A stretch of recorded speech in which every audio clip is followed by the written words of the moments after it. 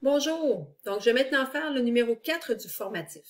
Alors, à mon avis, ce numéro-là est quand même un numéro qui est difficile. Selon moi, les numéros qui sont dans l'examen sont plus faciles que ça. Par contre, si tu comprends ce numéro-là, ça veut dire que je suis vraiment pas inquiète pour toi à l'examen, donc j'aimerais quand même ça que tu comprennes ce numéro-là, surtout qu'il ressemble quand même à un numéro qu'on a fait dans les exercices jusqu'à maintenant. Donc, je lis rapidement avec vous. On nous dit qu'on a un rectangle et un triangle qui partagent un côté commun. C'est le côté qui est ici que je mets en surligneur maintenant. L'aire du rectangle est donnée par l'expression suivante. Donc ça représente l'aire de mon rectangle. Alors que la base, elle, est 6x. C'est ce qu'on voit ici. Donc, sachant que la base du triangle est de 4x plus 12, c'est la valeur qui est ici, détermine l'expression algébrique qui représente l'hypoténuse. Donc, ce que je cherche, l'hypoténuse, elle est ici. Mais pour être capable de trouver l'hypoténuse, je vais d'abord devoir trouver la hauteur de mon triangle. Et pour trouver ça, ben, je vais me servir de l'aire de mon rectangle ici, sachant que l'aire est égale à la base fois la hauteur, donc la base fois la hauteur, eh bien, je vais être capable de trouver ma hauteur. Ensuite, ayant la hauteur, c'est la même hauteur, excuse-moi, c'est la même hauteur pour mon triangle. Donc, en faisant le triangle de Pythagore, je vais être capable de trouver ce que je cherche, et ce que je cherche, c'est l'hypoténuse. Alors, première chose à faire, étant donné que l'aire est égal à la base fois la hauteur, et que moi, ce que je cherche, c'est la hauteur, ben, je vais devoir diviser l'aire par la base. Donc, si je veux trouver simplement la hauteur, je dois diviser par la hauteur de chaque, excuse-moi, je vais diviser par la base de chaque côté. Donc, finalement, je dois faire l'aire divisé par la base. Ça va me donner ma hauteur. Donc, commençons par ça. Alors, mon aire est de 18x2 plus 54x et je veux diviser ça par la base qui est de 6x. Je suis pas obligée ici de faire une division en crochet parce que j'ai pas un polynôme. Donc, j'ai pas une expression algébrique qui a plusieurs termes. Je n'ai qu'un seul terme. Donc, je peux directement aller faire ma division tout simplement avec un trait comme une fraction ici. Et ça va me permettre quoi? Ben, de trouver la hauteur de mon rectangle. Donc, on fait la division. On commence par ça dire, ben, 18x2 divisé par 6x, qu'est-ce que ça me donne? Alors, 18 divisé par 6, ça me donne 3. x2 divisé par x, ça me donne x. Je vais ensuite continuer. 54x divisé par 6x. Alors, 54 divisé par 6, ça me donne 9. Et x divisé par x, il m'en reste plus des x. Ce qui veut dire que la hauteur, elle est égale à, je vais la marquer ici, 3x plus 9. Donc ça, c'est ma hauteur. Bon, ben parfait. Moi, ce que je veux maintenant, c'est trouver l'hypoténuse. Donc, on se rappelle avec Pythagore, donc hypoténuse, on se rappelle avec Pythagore que A2 est égal à B2 plus C2.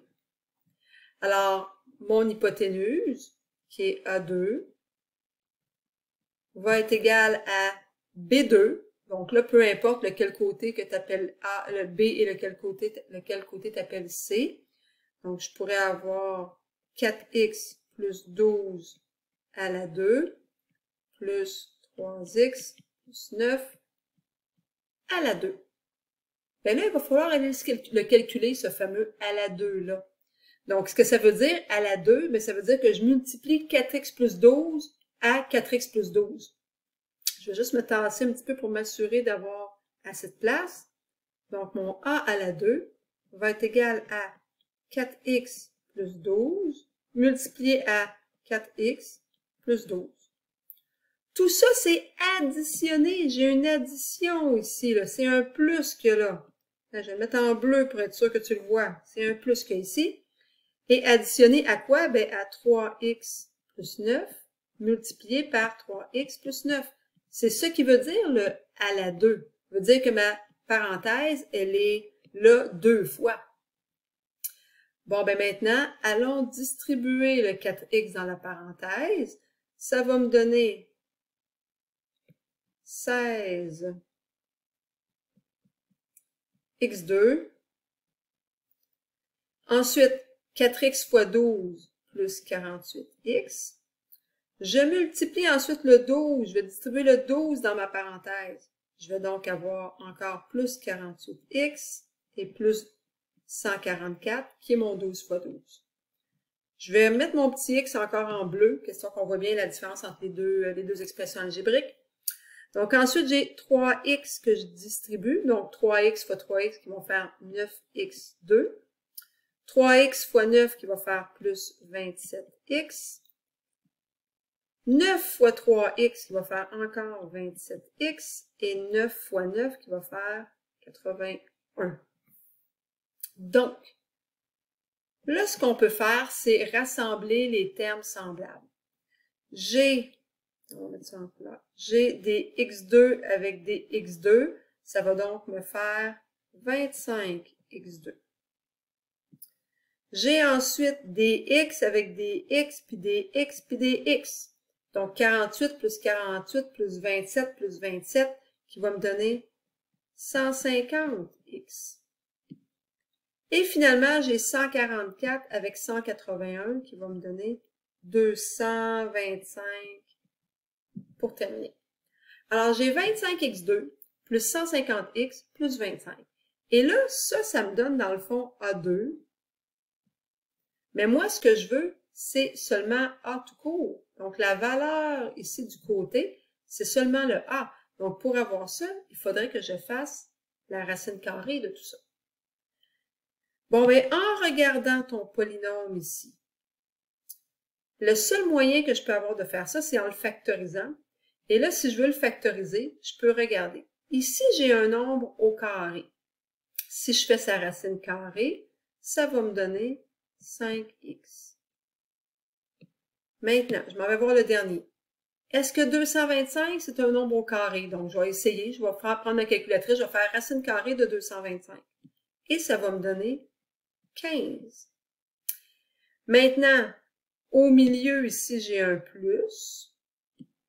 Donc, je vais aller vérifier. Est-ce que 150, c'est bien le double de 5x multiplié à 15? Donc, si je veux avoir un carré parfait, il faut que j'ai la racine carrée du premier terme, la racine carrée du dernier terme, et celui du milieu doit être égal à 2 fois, donc le double de ces deux-là multipliés ensemble. Alors, si je fais 5x fois 15, ça me donne 75. Je fais le double, 150x. Donc, effectivement, je suis bien en présence d'un carré parfait, ce qui veut dire que A va être égal à 5x plus 15. Donc, ma réponse que je cherchais est de 5x plus 15. On ne disait pas si c'était des centimètres, des mètres, etc. Donc, je vais dire tout simplement que ce sont des unités. Et ça termine. Donc, je l'ai dit, là, c'était pas un problème simple à cause de la racine carrée qui était à faire ici. Je suis quelqu'un que c'est un problème assez complexe. Mais si tu comprends celui-là, je suis pas inquiète pour toi à l'examen. Donc, n'hésite pas si tu as d'autres questions.